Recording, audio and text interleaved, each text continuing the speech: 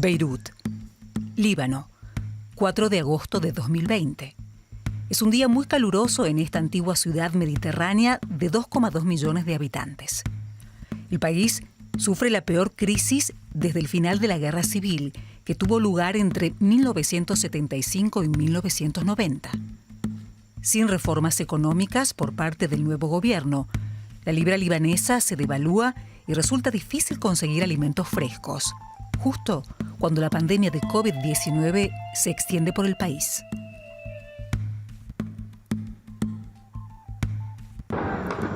En la tarde, se desata un incendio en uno de los almacenes del puerto.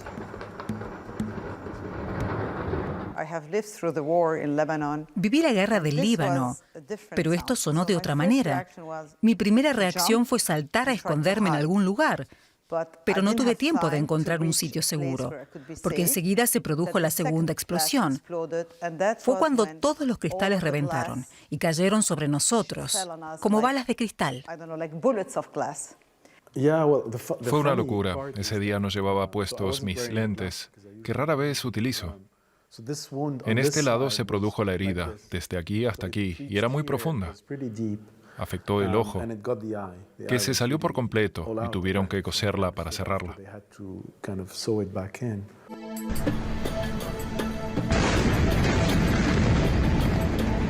La explosión del 4 de agosto de 2020 fue tan violenta que se oyó en Chipre y se registró como terremoto en Estados Unidos. La ciudad resulta devastada y conmocionada. Al final, se cuentan más de 200 muertos y miles de heridos y damnificados.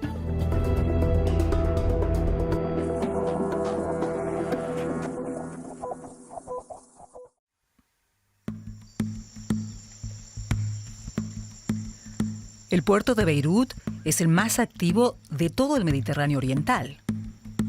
La puerta al cercano oriente. El año antes de la explosión, se facturaron 1,2 millones de contenedores estándar. Como muchos otros puertos, es también un núcleo del comercio ilegal y la corrupción.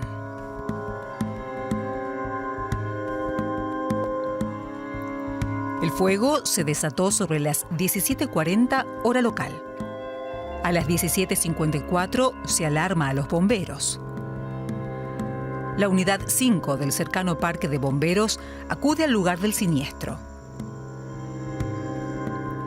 El jefe del equipo es Charbel Karam. Además de su cuñado, le acompaña la enfermera de rescate Sahar Fares, que iba a casarse en 2021.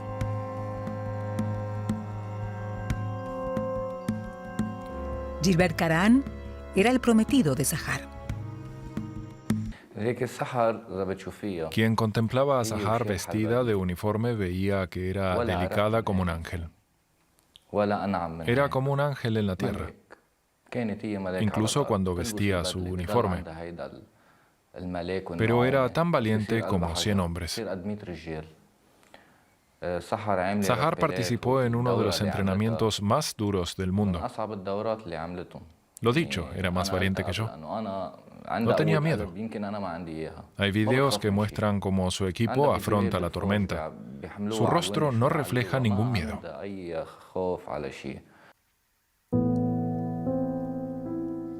Estas imágenes muestran los últimos momentos de su vida. Aquí el equipo trata desesperadamente de entrar en el almacén, que ya era pasto de las llamas y el humo. De camino al puerto aún me envió un mensaje de video para despedirse.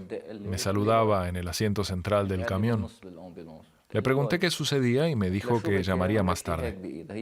Cuando llegaron al puerto volvió a llamar y me mostró el almacén ardiendo. Le pregunté por qué no llevaba la máscara puesta. Me dijo simplemente, la tengo conmigo, mi amor.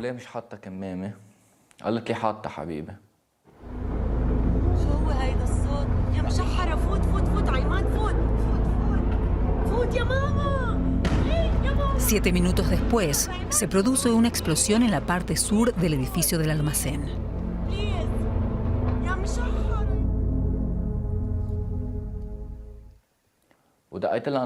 La llamé de nuevo por video a las 6:07. Sahar no me miraba, sino que observaba el cielo mientras sostenía el celular. Le pregunté si algo había salido mal y grité, Sahar, respóndeme. Me miró y le dije, si pasa algo, corre, corre. Vi que no corría lo suficientemente rápido y solo sacudía la cabeza. Tenía miedo.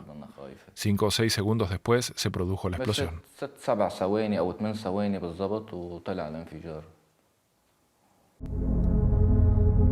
Un almacén secreto con nitrato de amonio acaba de volar por los aires y ha arrasado el este de Beirut. Tras la catástrofe, una de las mayores explosiones jamás sucedidas en una capital, la vida retorna lentamente a un Beirut devastado. Durante la guerra civil en los años 80, la ciudad resultó destruida de forma masiva y murieron miles de personas. La guerra acabó finalmente con un acuerdo de paz entre musulmanes y cristianos.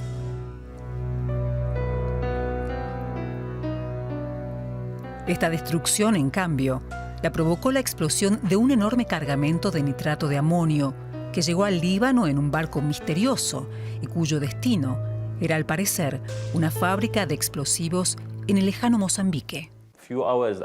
Unas horas después de la explosión escuchamos en las noticias que había sido causada por 2.750 toneladas de nitrato de amonio que se guardaban en el almacén número 12 del puerto de Beirut. Todos querían saber por qué ese nitrato de amonio, ese peligroso material, había estado todo ese tiempo almacenado en el puerto de Beirut.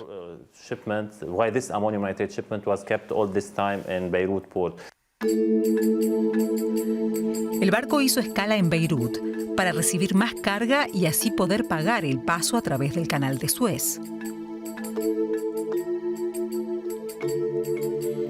El ajetreado puerto de Beirut se encuentra cerca del populoso centro comercial y político de la ciudad, el barrio de Gemaizeh. Aquí atracó también el 21 de noviembre de 2013 el carguero MV Rosus, propiedad de un empresario ruso.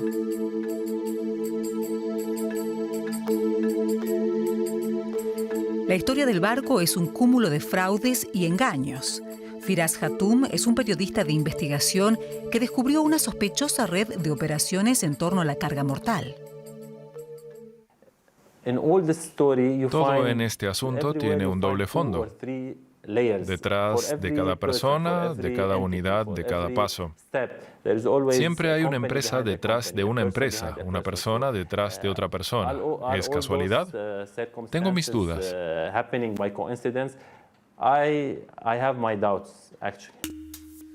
¿De quién era el barco? ¿A dónde se dirigía? En eso se centran las investigaciones.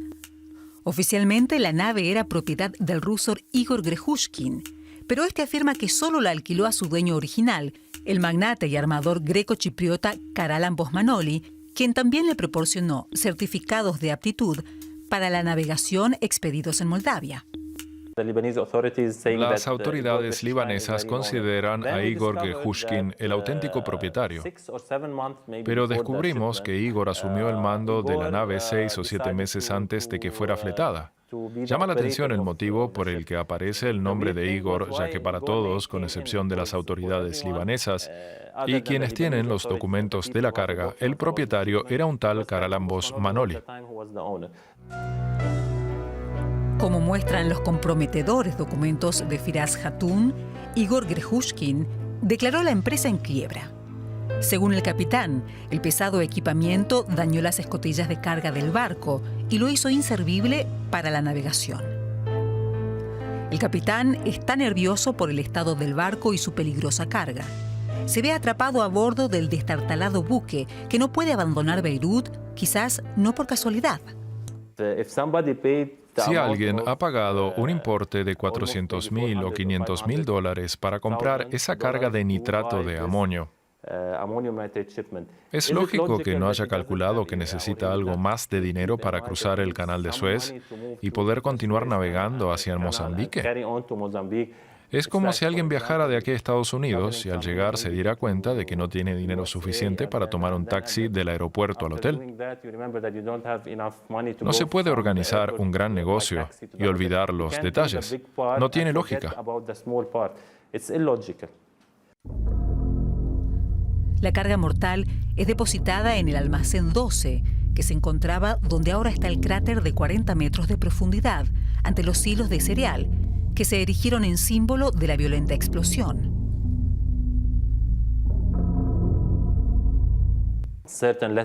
Han aparecido cartas enviadas a varios jueces del Líbano. Prueban que trabajadores o responsables del puerto solicitaron permiso a los jueces para descargar el nitrato de amonio del barco, porque no era apto para la navegación y amenazaba con hundirse. Un juez lo autorizó.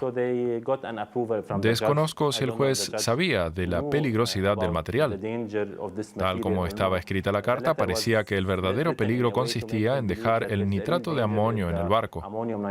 Confió en la carta y autorizó la descarga. Así acabó el nitrato de amonio en el almacén número 12.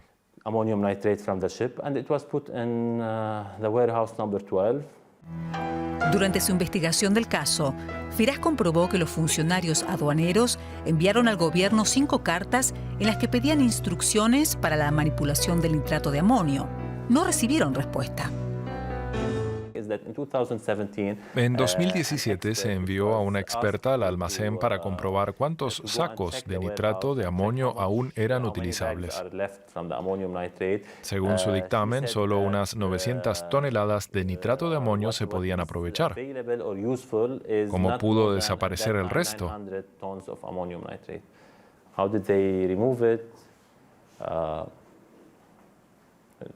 Personalmente no tengo una respuesta a esa cuestión, pero desde luego no pudo suceder sin que lo supieran personas clave en el puerto y quizás también fuera del puerto. Ni el intermediario ni el cliente trataron de rescatar el valioso material. El ejército libanés se niega a hacerse cargo de él, así que permanece en el almacén. Una silenciosa bomba de tiempo.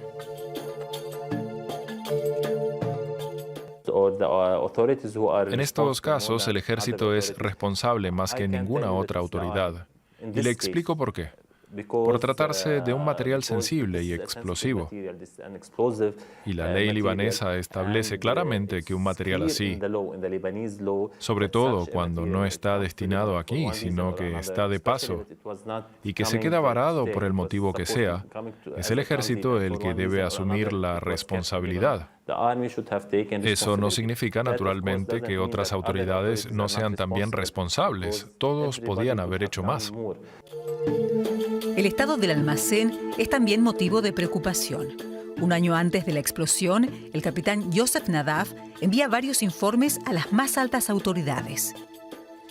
Irónicamente, es detenido tras la explosión por presuntamente haber autorizado el almacenamiento del explosivo en el puerto años antes de haber sido contratado.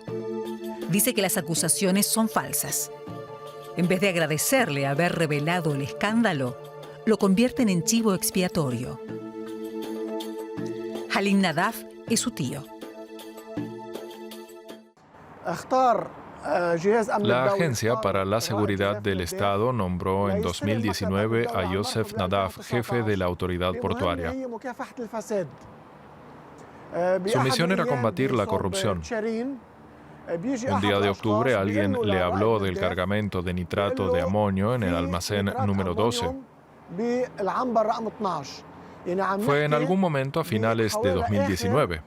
Comenzó a buscar información sobre el tema.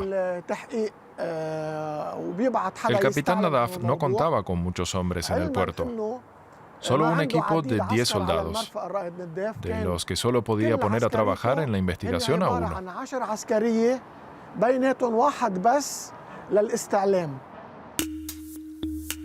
Además de los sacos con explosivo en descomposición, se almacenaban otros materiales altamente inflamables. Material pirotécnico, fosfato de amonio y ruedas.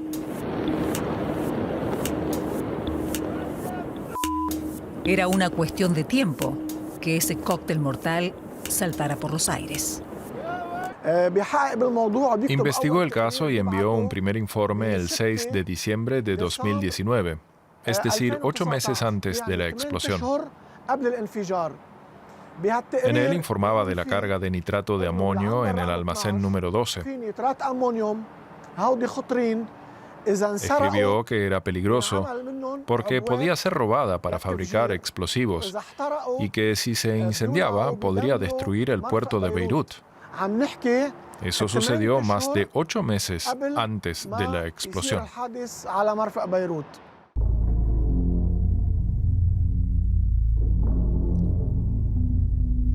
El incendio comenzó al final de la parte norte del almacén.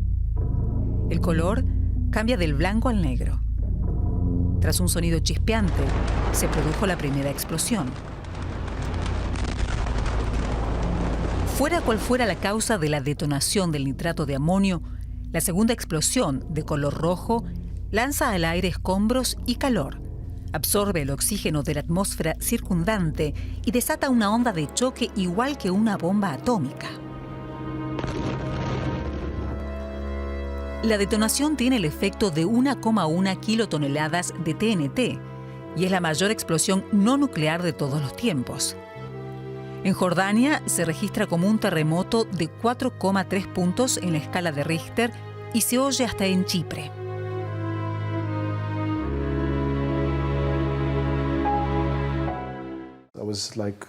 Caí de bruces y oí a Dani llamar, ¿dónde estás? Vino inmediatamente hacia mí y vio que estaba gravemente herido. Creo que lo vio. Pero no lo sé, porque yo no podía ver lo que sucedía con tanta sangre. Vino con un paño húmedo para limpiar la herida, pero el dolor era demasiado fuerte.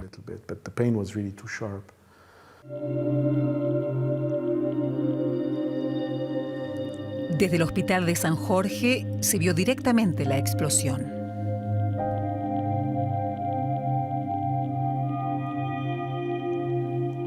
Las terribles imágenes que grabaron las cámaras de vigilancia del hospital cercano al puerto explican el elevado número de víctimas. La onda expansiva destruye ventanas y muebles, derriba paredes y techos. Parece un milagro que la joven enfermera Pamela Seinun lograra rescatar a 3 bebés recién nacidos de sus incubadoras. Estaba con los bebés haciendo mi ronda. Le estaba diciendo a mi madre por teléfono que todo marchaba bien. Entonces se produjo la explosión. Todo cayó al suelo. El techo se derrumbó sobre nosotros y estuve inconsciente unos segundos. Al despertar, comprobé que podía mover brazos y piernas y de inmediato pensé en los bebés. Estaban en esta habitación y en otra. En total eran 5 bebés. Agarré a 3 y las enfermeras que estaban conmigo a los otros 2 y los entregaron a los médicos asistentes. Logré bajar las escaleras y llevarlos a un lugar seguro.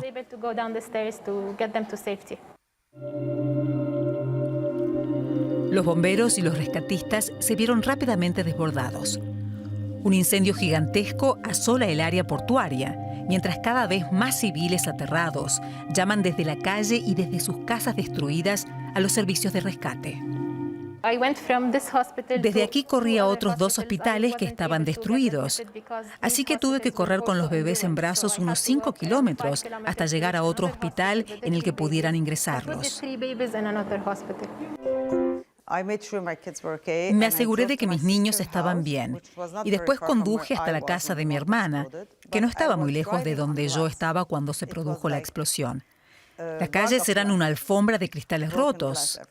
Manejar era complicado, pero lo logré. Cuando llegué, mi hijo también acababa de llegar. Vi cómo bajaban a la señora de la limpieza. Mi hijo la había envuelto en una manta. La tuvieron que cargar porque no había ambulancias, ni ascensores, nada. Tuvieron que bajarla a 8 pisos. Por todo el camino nos ofrecieron ayuda, era conmovedor. El primer hospital al que nos dirigimos no podía admitirnos, así que tuvimos que buscar otro. El siguiente estaba a unos 2 kilómetros, que en mi estado no eran fáciles de recorrer.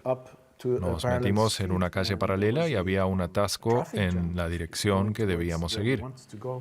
En ese momento apareció un tipo en motocicleta, probablemente un repartidor. Dijo, suban. Nos condujo en zigzag a través de los escombros y nos llevó al otro hospital. En realidad, la señora de la limpieza estaba en casa para ocuparse de mi padre, que falleció 9 meses antes de la explosión.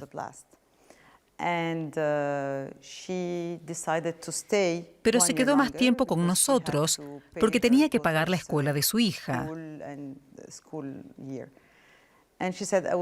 Dijo, me gustaría quedarme un año más con ustedes. Y trabajaba alternativamente en mi casa y la de mi hermana. Lamentablemente murió 3 días después de la explosión por sus graves lesiones en la cabeza y el cuerpo.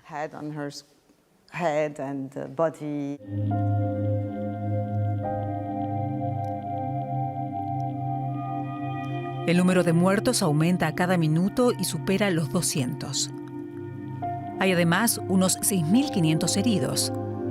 Las infraestructuras de la ciudad están destrozadas. El parque de bomberos, del que partió la unidad 5, también está casi destruido. Hospitales y comisarías de policía se encuentran abandonados. La explosión sume en la catástrofe a un país ya sacudido por las crisis. 300.000 personas pierden su hogar. Pero, ¿cómo exactamente explotó el nitrato de amonio? No está claro aún cómo se desató el incendio que condujo finalmente a la explosión. Pero en las primeras imágenes de la catástrofe se ve humo saliendo del almacén. Varios testigos hablaron de ruidos extraños cerca del almacén, lo que alimenta las sospechas de un ataque con cohetes o drones. Estas imágenes muestran lo que los bomberos vieron en el lugar: pirotecnia en el almacén 12. Estos son los últimos momentos de su vida.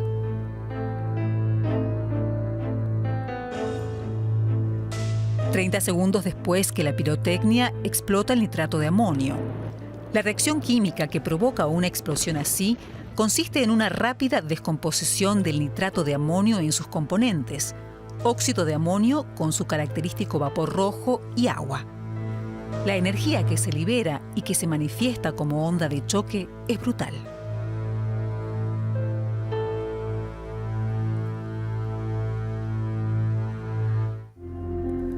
Probablemente nunca se sepa quién causó la explosión de la gigantesca carga de nitrato de amonio el 4 de agosto de 2020 en el puerto de Beirut. Pero la sombra de la sospecha recae sobre los sucesivos gobiernos del país. En 2020, la Dirección General para la Seguridad del Estado advirtió al nuevo primer ministro Hassan Diab y al presidente Michel Aoun de la situación del explosivo. Y en julio de 2020, el Consejo Superior de Defensa envió su informe al ministro de Obras Públicas, Michel Nayar. Nadie hizo nada.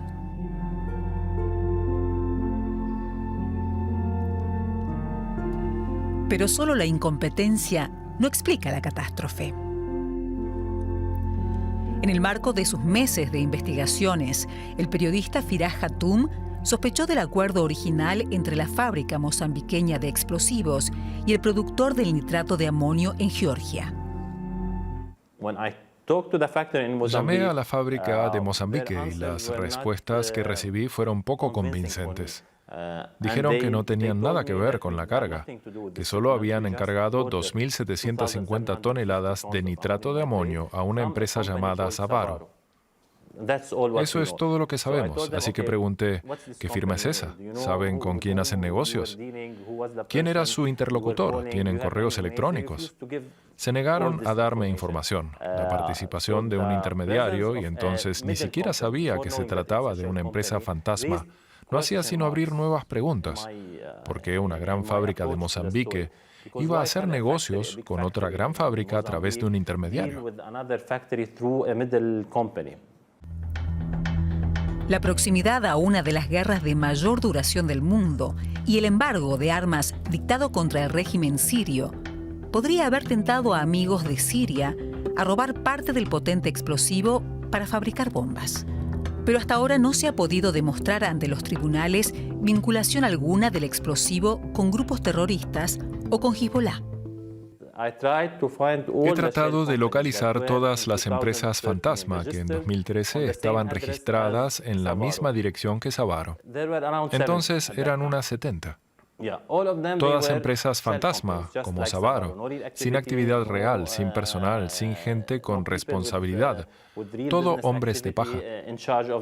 La única firma con actividades de negocio que encontré con la misma dirección que Savaro era una empresa llamada Hesco Engineering and Construction. Esta pertenecía entonces a un hombre de negocios sirio, George Haswani, que fue sancionado en 2014 por tratar de ayudar al régimen sirio. Al menos de eso lo acusaban los estadounidenses. La propiedad del barco es turbia. Primero estuvo en manos de hombres de paja. Luego lo adquirió un banco estrechamente ligado a hombres de negocios sirios, que ahora investiga el FBI. Todos eran importantes clientes de un banco llamado FBME, que más adelante fue sancionado por Estados Unidos por lavado de dinero. ¿De acuerdo? Esa gente tenía muchas cuentas en ese banco, en el que se movía mucho dinero. A través de ese banco se transfería permanentemente dinero de Rusia a Gran Bretaña y de Gran Bretaña a Chipre. Es el mismo banco en el que tenía una cuenta Karalambos Manoli, probablemente el propietario real del MB Rosus. Al principio decían que el dueño era un ruso llamado Igor Grechuskin, pero parece que ese Igor solo había contratado el barco. El propietario real era Karalambos Manoli, y este asumió en el año 2011 un misterioso crédito del FBME. Eso fue un año o un año y medio antes del flete del nitrato de amonio. Esos sucios negocios condujeron a la explosión que mató a más de 200 personas. Hirió a 6.000. Destruyó 70.000 casas y edificios. Dejó sin hogar a 300.000 ciudadanos y hundió 6 barcos. Casi un año después de la tragedia, las omisiones y los encubrimientos en la investigación alimentan los temores de que la verdad nunca salga a la luz, pese a los valientes esfuerzos de los periodistas de investigación. Y los libaneses, de nuevo, deben reconstruir su país tras una tragedia innecesaria. Tal vez sean los momentos más difíciles del Líbano, pero entre los escombros parece brotar algo de esperanza. Cientos de jóvenes libaneses han retornado a Beirut o han decidido quedarse en vez de irse al extranjero para ayudar a reconstruir un futuro nuevo y prometedor en una ciudad que una vez más se ha visto obligada a renacer de sus cenizas.